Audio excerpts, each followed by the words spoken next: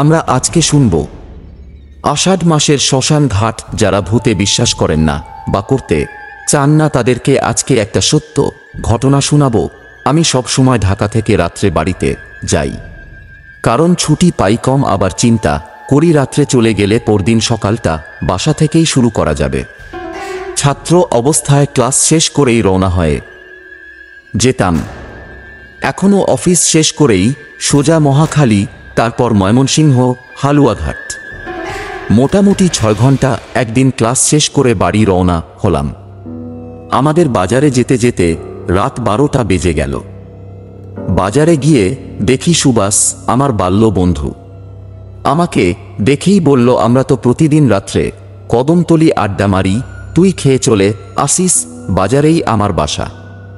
বাসায় গিয়ে আম্মার সাথে কথা বলতে বলতে খাওয়া শেষ করলাম। 1টার দিকে বাজারে গিয়ে কাউকে না পেয়ে ভাবলাম সবাই হয়তো চলে গেছে। আমি 2টা সিগারেট কিনে কদমতলি রওনা হলাম।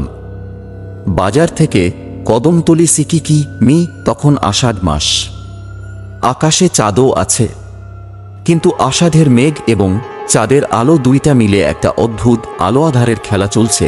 এই কালো অন্ধকার আবার যেন ভরা পূর্ণিমা। একটা সিগারেট ধরিয়ে রাস্তা হাঁটছি, কিছুটা ভয়ও লাগছে।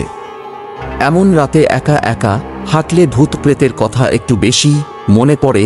বামের ঘন জঙ্গল থেকে ঝি পোকার শব্দে একটা অদ্ভুত সুর যেন সৃষ্টি হচ্ছে, যে সুরের তালে তালে নিজেকে নিয়ে খুব হারিয়ে যেতে ইচ্ছে করে। মাঝে মাঝে গভীর জঙ্গল থেকে 2-1টি কাক বড বেসুরো কণ্ঠে কাকা করছে। মনে হচ্ছে কোনো মাংসখেকো রাক্ষস যেন কলিজাটা ছিঁড়ে নিয়ে যাচ্ছে। আমি কদমতলির কাছাকাছি যে জায়গায় শ্মশান ঘাটটা, ঠিক সে জায়গায় চলে আসলাম। এইখান থেকে আমাদের যে জায়গায় বসে আড্ডা দেওয়ার কথা, সেই জায়গাটা স্পষ্ট দেখা যায়। আমি কাউকেই দেখতে পেলাম না। মনের ভিতর একটা ভয়ও জেগে উঠল। এই কারণে গভীর জঙ্গলের পাশ দিয়ে পিছনেও যেতে ইচ্ছে করছে না, কারণ এই জায়গার বাম দিকে কংস নদী আর ডান দিকে খোলা মাঠ, যার ধরুনটা শিরশির করা। অন্ধকার ভাবটা এইখানে নেই।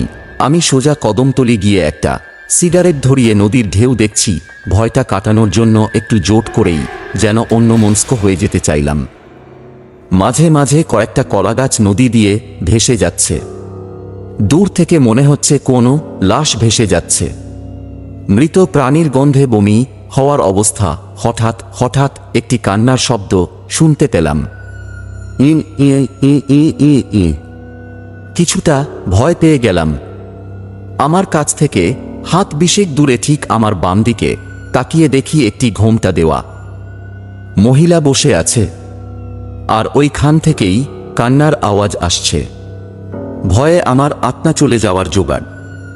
শরীর দিয়ে ঘাম পানির মতো বের হচ্ছে, যেন আমি কোন ঝর্ণার নিচে দাঁড়িয়ে আছি। ডাকব ভেবেও না ডেকে সোজা বাসার দিকে রওনা হলাম। বাসায় গিয়ে হাত মুখ ধুয়ে শুয়ে পড়লাম। পরদিন সকালে আম্মাকে সব ঘটনা খুলে বললে আম্মা বলল, সুবাস তো ময়মনসিংহ গিয়েছিল 3 দিন আগে, সে তো আসবে আরও পরে। আমি তো অবাক, তাহলে সুবাসের চেহারা নিয়ে আমাকে কে বলেছিল কদমতলি যাওয়ার জন্য? শেষে আম্মা যা বলেছিল তা ছিল এইরকম। 8 সালের বন্যার সময় নৌকায় করে বরযাত্রী বউ নিয়ে যাওয়ার সময় কদমতলি নৌকা ডুবে যায়। সবাই তীরে উঠলেও কনে আর উঠতে পারিনি। সেই থেকে এখনও মাঝে মাঝে কনেকে কদমতলিতে কাঁদতে দেখা যায়। আরও অনেকেই দেখেছে।